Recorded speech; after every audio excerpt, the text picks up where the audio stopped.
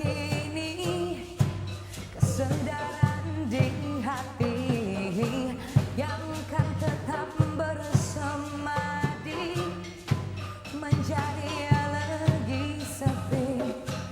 Oh, biarlah doa tulusku. Cikgu, apa perbezaan di antara bass bulu dengan gitar bulu? Kalau kita perhatikan gitar bulu dia lebih kepada menggunakan string atau tali. Tali, oke. Ya, dia tali dan Lebih dia modern lah. Ya, dia lebih modern. Dan kalau kita perhatikan bass, mereka gunakan tali dan bunyi yang dikeluarkan tu sama seperti gitar bass modern. Tapi kalau kita perhatikan bass bulu, dia sepenuhnya dikeluarkan melalui tiupan.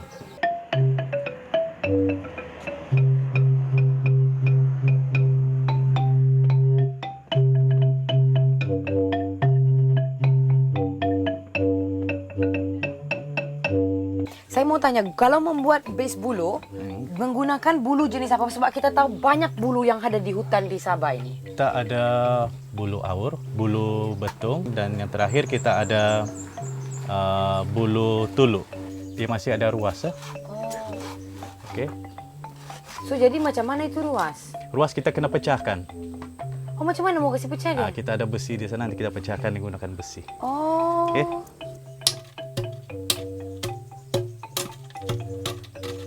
Oh, saya senang saja. Tidak payah mau pakai drill semua lah. Tak payah. Okey. Okey, dah pecah.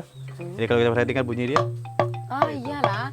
Bila dia sudah tidak ada tu apa penutup dia. Ada ruas maksudnya.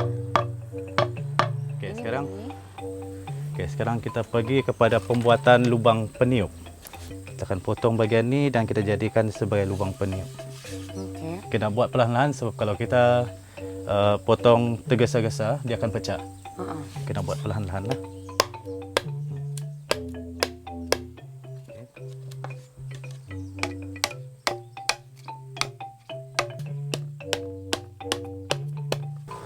Kita buat dalam bentuk macam ni, besar sedikit pada bahagian mulut kita. Mesti buat besar. Ya, jangan terlalu besar, jangan terlalu kecil. Saya memang minat kepada saya mengajar, saya juga belajar, saya juga mencipta, macam itulah.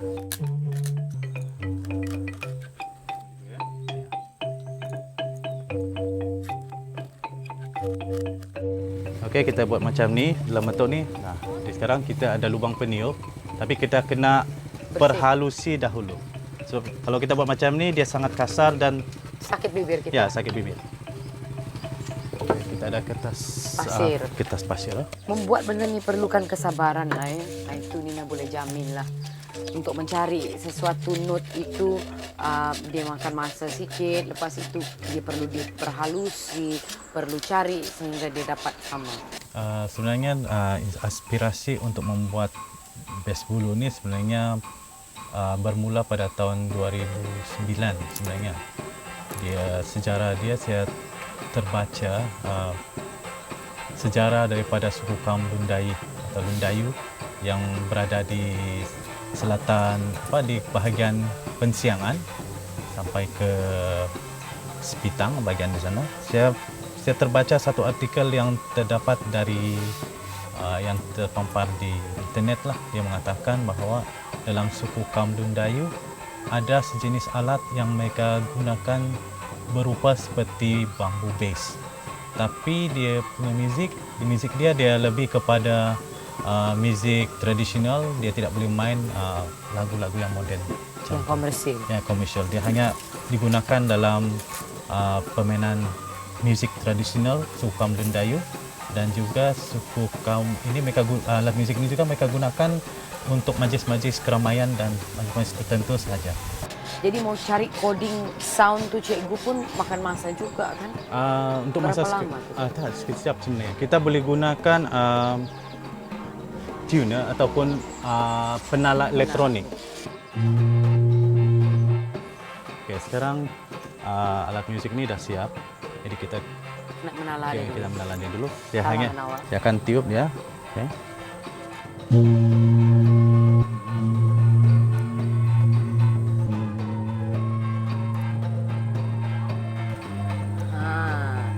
Untuk memastikan accuracy ataupun ketepatan bunyi buluh ini, tadi kita dah gunakan aplikasi yang telah dimuat turun di dalam handphone. Sekarang ni kita menggunakan tuning key ataupun tuning machine, alat orang kata untuk memastikan bunyi. Jadi base buluh ini yang bernot apa cikgu? Sebelum saya bagi tahu cikgu yang sebenarnya. Base bulu ni dia dalam nada G. G, betul. Very good teacher, very good. Betul, not G all. Memang betul ini adalah base yang bernot G. Nina pun tadi orang kata, mula-mula Nina pun nak percaya tak percaya sebab kadang-kadang kan aplikasi yang kita mau turunkan cikgu bukan terlalu tepat kan. Ya. Tapi ini memang yang tepat sebab ini adalah alat yang digunakan untuk tuning key, untuk mentunkan bunyi-bunyi not di dalam setiap alat muzik lah, gitar dan sebagainya. Okey, orkestra bambu ni sebenarnya ditubuhkan 3 tahun yang lalu. Kemudian pelajar yang bermain bambu hanya 8 orang. 8 orang. Kemudian pelajar itu bila mereka bermain bambu, ketika itu kita katakan sangat hebat sebab mereka bermain bambu ke peringkat negeri Sabah. Jadi dari situ highlight, kemudian saya teruskan kerja inilah ke tahun seterusnya, ke seterusnya.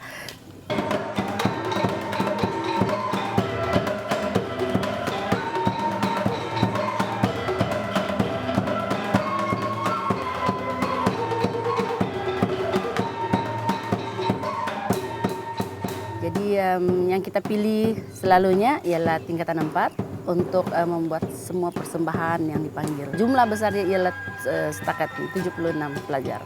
Boleh bermain bambu. Ini ialah inovasi atau ini ialah ikon bagi anak jati remaja Kota Mardu dan juga untuk orkestra bambu kami. Kerana ini ada satu kelainan bagi kami. Sungguh pun memang sukarlah untuk dimainkan ini, saya percaya, saya yakin memang sukar untuk pelajar. Tapi saya melihat ini satu keunikan yang sering kali bila kita buat persembahan pada orang luar, dia akan suka benda yang ini sebenarnya. Dia akan bertanya, ini apa? Ini ialah gitar bass. Oh, dia pun suka, dia coba tiup gini. Tapi ini satu keunikan.